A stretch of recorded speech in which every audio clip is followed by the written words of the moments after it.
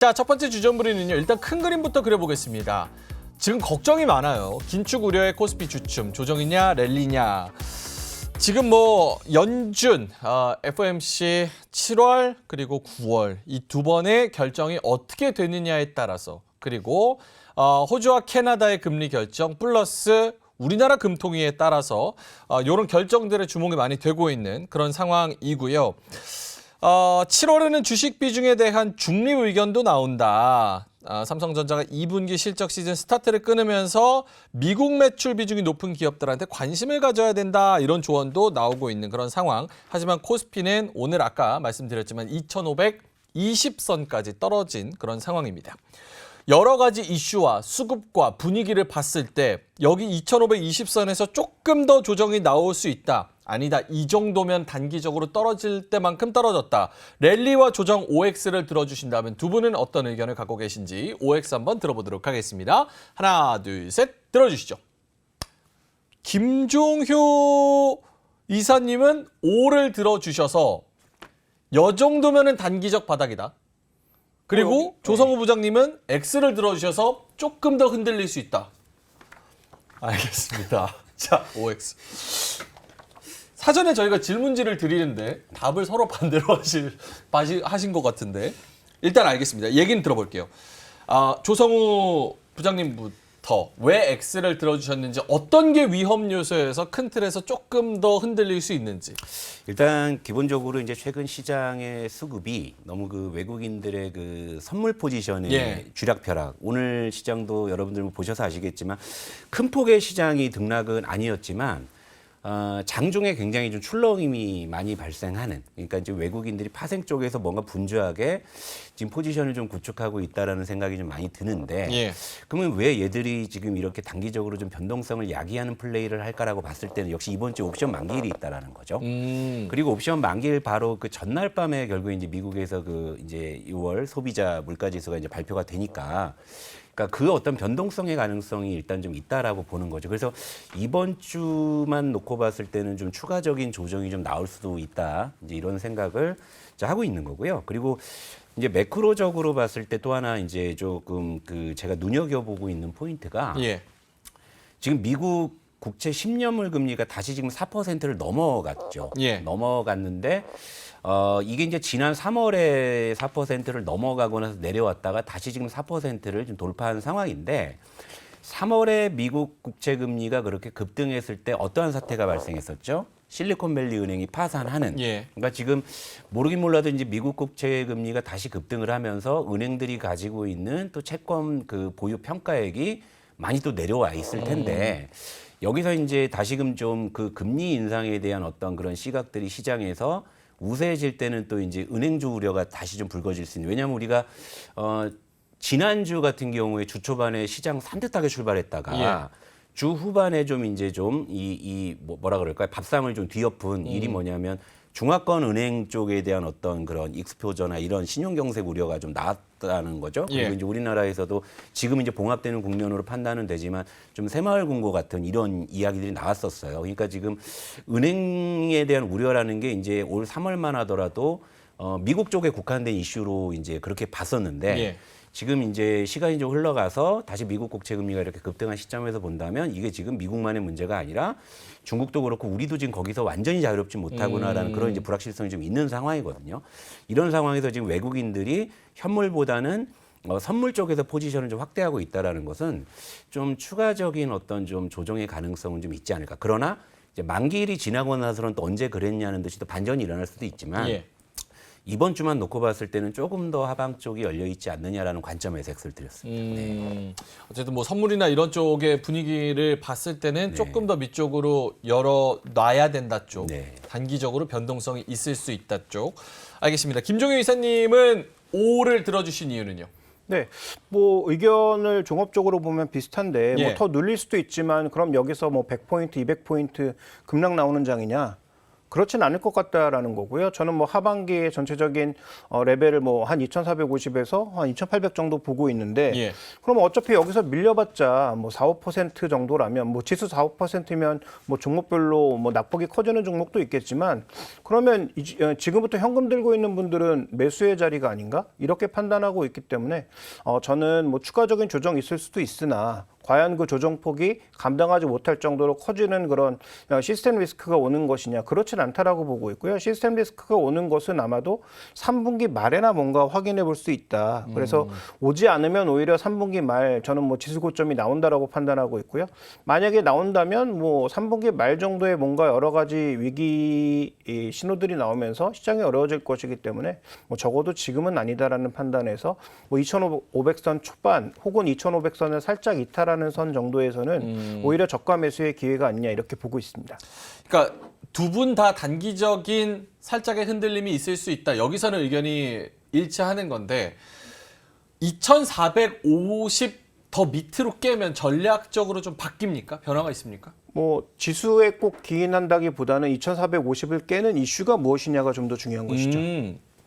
지금은 사실은 뭐 조성호 부장님이 말씀하신 그런 뉴스들은 이전부터 계속 나오던 사실 뉴스들이고 뭐 새마을금고나 이런 거는 최근에 또 이제 수면 위로 떠오른 그런 이슈들이잖아요. 특별하게 우리가 뭐 이거 몰랐는데 이거 놓쳤다 해가지고 지금 음봉이 5개 나온 게 아니니까 이 분위기로 2,450 밑으로 더 뚫고 내려가면 뭔가 분위기가 바뀌어요? 아니면 전략적인 수정이 좀 있습니까? 저는 순서가 잘못됐다고 생각하는데요. 지수가 깨져서가 아니고 지수를 깨는 이유가 뭐냐는 거죠. 그래서 뭐 저는 뭐 당분간은 그런 이슈 안 나올 것 같은데 기업 실적이 정말로 처참하게 깨진다 하반기에. 생각보다 나쁘다. 네, 그러니까 지금 나쁘게 보수적으로 보고 있는데 그거보다 더 나쁘다라고 실적을 하향할 정도의 어떤 시스템적인 리스크가 있거나 예. 아니면 뭐 신용 리스크가 지금 저는 새마을금고는 큰 이슈가 아니라고 생각하는데 새마을금고와 부동산 하락과 뭐 신용 리스크가 다 합쳐져서 만약에 하반기에 뭔가 시장을 짓누르면 그건 정말 큰 리스크가 될 수 있는 거죠. 그러니까 그런 리스크가 오지 않는 이상 과연 뭐 지수가 2,400도 깨고 뭐 계속 이렇게 줄줄 하락하는 그런 모습으로 가느냐 그렇진 않을 것 같다라고 지금은 보고 있습니다. 그러면 뭐 이야기가 나왔으니까 조금만 더 디테일하게 지금 금융권의 분위기 그리고 상황, 신용 리스크나 아니면 미국 쪽에서 상업용 부동산 이런 여러 가지 정황들이 분명히 증시에는 위협이 되는 수준인데 우리가 인지를 못하고 있다고 판단하시는 분 계세요? 아니면 아예 거의 위협이 없다? 그러니까 이건 중요한 게 뭐냐면 네. 결국에는 그 심리라는 거죠. 심리. 예를 들면은 이제 은행주 우려들이 예를 들면 이제 저도 이제 미국 국채 금리가 4% 넘어가면 또 중소형 은행주들 저거 또 국채 가격 폭락했겠는데 이런 생각을 할 수 있는 거잖아요. 그런데 그런 것들을 이제 시장에서 물론 이제 어느 정도 이제 3월에 실리콘밸리 은행 파산을 겪고 나서 예. 나름대로 이제 또 어떤 안전장치도 마련하고 또 미국 같은 경우에는 대형 은행의 스트레스 테스트도 마쳤고 일련의 어떤 이제 그 대비책들은 좀 마련했을 거예요. 예. 그러니까 이제 단순히 뭐 미국 국채 금리가 4%를 다시 넘어갔다고 해서 반드시 은행주 우려가 불거진다라고 단정 지을 수는 없지만 뱅크런이 뭐죠? 심리라는 거죠. 그렇죠. 그러니까 결국 이번에 새마을금고 부분도 결국에 그런 이제 뱅크런의 조짐이 있는데 이제 정부에서 발빠르게 대처를 하면서 그러면서 이제 그 어떤 심리적인 부분들을 많이 이제 제어를 해주면서 그게 이제 봉합이 되는 부분이잖아요. 그렇죠. 그러니까 은행주나 이런 시스템 리스크가 이제 본격적으로 불거진다라는 것은 이 뱅크런을 갖다가 어떠한 걸로도 이제 통제력을 상실하는 시점이라고 봐야 되는 거거든요. 그러니까 지금은 뭐 이제 시스템 리스크가 터진다 안 터진다 이렇게 이분법적으로 얘기할 수 있는 건 아니지만 우리가 이제 기본적으로 지금 과거에 비해서는 이제 은행들의 체력들이 예전보다는 좀 약해진 건 사실이니까 이런 부분들이 이제 어떻게 시장에서 이슈화되고 수면 위로 떠오르면서 또 이제 뱅크런에 대한 심리적인 어떤 동요들이 얼마만큼 이제 그 진행이 되느냐에 따라서 사실 판단할 수 있는 부분이기 때문에 지금은 그냥 일단은 저기서 이제 약간 좀 신호등이 약간 좀 이제 주황불이 켜져 있는 정도의 예. 이제 그런 정도로 이제 지금은 해석하는 게 맞겠죠. 주황불 정도로 네네. 판단을 하고 계시다. 그리고 지표가 아무리 후행적이라고 하더라도 예. 만약에 그런 리스크가 정말로 올라온다면 뭐 채권 지수인 모브라든지 그 다음에 뭐 여러 가지 그런 위험을 나타내는 지표들이 다 이제 위로 솟구쳐야 되는데 지금은 미국채 금리가 4%를 넘어 10년물 기준으로 4% 넘어서고 2년물 기준으로 5% 넘어서면서 뭔가 위험 시그널이 뜬 건 맞지만 그런 크레딧 리스크가 같이 이제 동반하면서 올라가고 있는가? 예. 아직까지 그런 신호는 보이지 않고 있다는 거죠. 그래서 지금 현재 시장에서의 판단은 뭐 채권 시장과 결부지어서 모든 걸 다 같이 봐야 되는 상황인데 굉장히 여러 가지 지표들을 같이 보다 보면 어떤 건 부정적이고 어떤 건 긍정적이어서 헷갈리긴 합니다. 그런데 명확한 것은 지금 분명히 실적이 구조적으로 올라가는 종목도 있고 예. 그런 종목군들은 뭐 2차 전지를 포함해서 잘 버티고 있단 말이죠. 그러면 이 시장에 전혀 기회가 없는 거냐? 그다음에 반도체와 2차 전지가 같이 붕괴하면 뭐 시장이 크게 하락할 수 있겠지만 지금 여전히 반도체도 오른 부분에서 약간 되돌리고 있는 정도고 예. 그다음에 소위 주도주라고 하는 종목분들이 좀처럼 조정을 허락하지 않는 국면이란 말이죠. 예. 그러면 지금은 나름대로 있던 공방을 통해서 계속 뭔가 시장 체력을 테스트해보는 그런 구간이긴 하지만 지금이 소위 얘기하는 뭐 폭락 구간, 폭락 전조 구간 뭐 이런 구간은 아닌 것으로 아직까지는 이해를 해야 되기 때문에 그런 상황이 오면은 뭔가 빠른 대응을 해야 되지만 아직은 그런 구간은 아니다. 이렇게 좀 판단하고 있습니다. 알겠습니다. 김종효 이사님은 2,450까지는 열어두시는 상황이고 조성호 부장님은 어떠세요? 어느 정도까지 선을 지금 물론 이거를 뭐 맞추거나 뭐 예측하기는 굉장히 어려운 상황이고 글로벌적인 상황을 다 봐야 되는 건 알겠습니다만 전략적으로 어느 정도 선까지는 좀 요 정도면은 나쁘진 않다 정도까지 저는 열어둬야 지금 되나요? 현재 코스피 기준으로 봤을 때 이제 경기선이 이제 위치하고 있는 구간이 이제 또 공교롭게도 2,500 구간이기 2,500. 때문에 여기서 이제 2,500을 이제 좀 테스트하는 작용은 이제 만기일까지 좀 있을 거라고 이제 보고 있고 그리고 여기서 이제 테스트를 이제 무사히 마치고 이제 시장이 이제 반등을 한다고 했을 때는 예. 그럼 다시금 이제 시장은 조금 힘을 낼 수 있지 않느냐 뭐 이런 쪽의 시나리오를 두고 있습니다. 네. 121선인 2,500. 네. 그 정도가 굉장히 중요한 포인트가 될 것 같다. 알겠습니다. 자, 그러면 시장이 조금 흔들렸을 때 결국은 다시 반등한다는 시나리오로 가면 어떤 종목들을 조금 접근해 보면은 줍줍하면 괜찮을 것 같은지 김종효 이사님부터 있을까요? 네, 저는 뭐 여전히 삼성전기 주목하고 있는데요. 삼성전기. 네, 뭐 이 종목의 포인트는 딱 한 가지죠. 상반기 안 좋지만 하반기에 나아질 가능성이 있는데 그것이 과거처럼 IT 부품이 아니라 전장 부품으로 이제 들어가면서 뭔가 개선될 가능성이 보인다라고 하는 것이 포인트고요. 목표 가격은 한 18만 원 정도. 이 종목의 평균 PER 정도 수준이 한 20배 이상 정도라고 볼 수 있는데 예. 그 정도를 노릴 수 있는 정도의 가격이라고 좀 판단하고 있고 만약에 이제 시장에 뭐 시스템적인 위기나 아니면 뭐 수급적인 붕괴가 오면서 하락할 경우 뭐 12만 원 정도가 이 종목의 최근에 거의 뭐 중요한 저점 라인이었기 때문에 그 정도의 붕괴는 리스크 관리를 병행해야 되는 가격이라서 손절 가격으로 말씀을 드리겠습니다. 알겠습니다. 삼성전기 14만 원, 18만 원, 12만 원 말씀을 해주셨고 조성호 부장님은 있으실까요? 일단 지난주에 그 이제 반도체 삼성전자에 대한 어떤 매수를 해야 되느냐 말아야 되느냐 예. 이제 그 어떤 연장선상에서 말씀드리게 되면 일단 잠정 실적 무조건 확인하고 나서 신규 진입을 할지 말지 이제 그쵸. 고민하자. 진즉에 사신 분들은 느긋하지만 그죠? 그러니까 결국에 이제 삼성전자가 지난주에 비해서 더 좋은 가격은 나왔잖아요. 예. 그죠? 나온 상황인데 이제 이번 주에 옵션 만기일까지 조금 더 며칠 더 지켜본다고 했을 때는 삼성전자가 여기서 이제 추가적인 테스트가 나올 수가 있잖아요. 그런데 중요한 건 지금 삼성전자 코스피의 차트를 보게 되면 삼성전자 61선 위에 있는 거고요.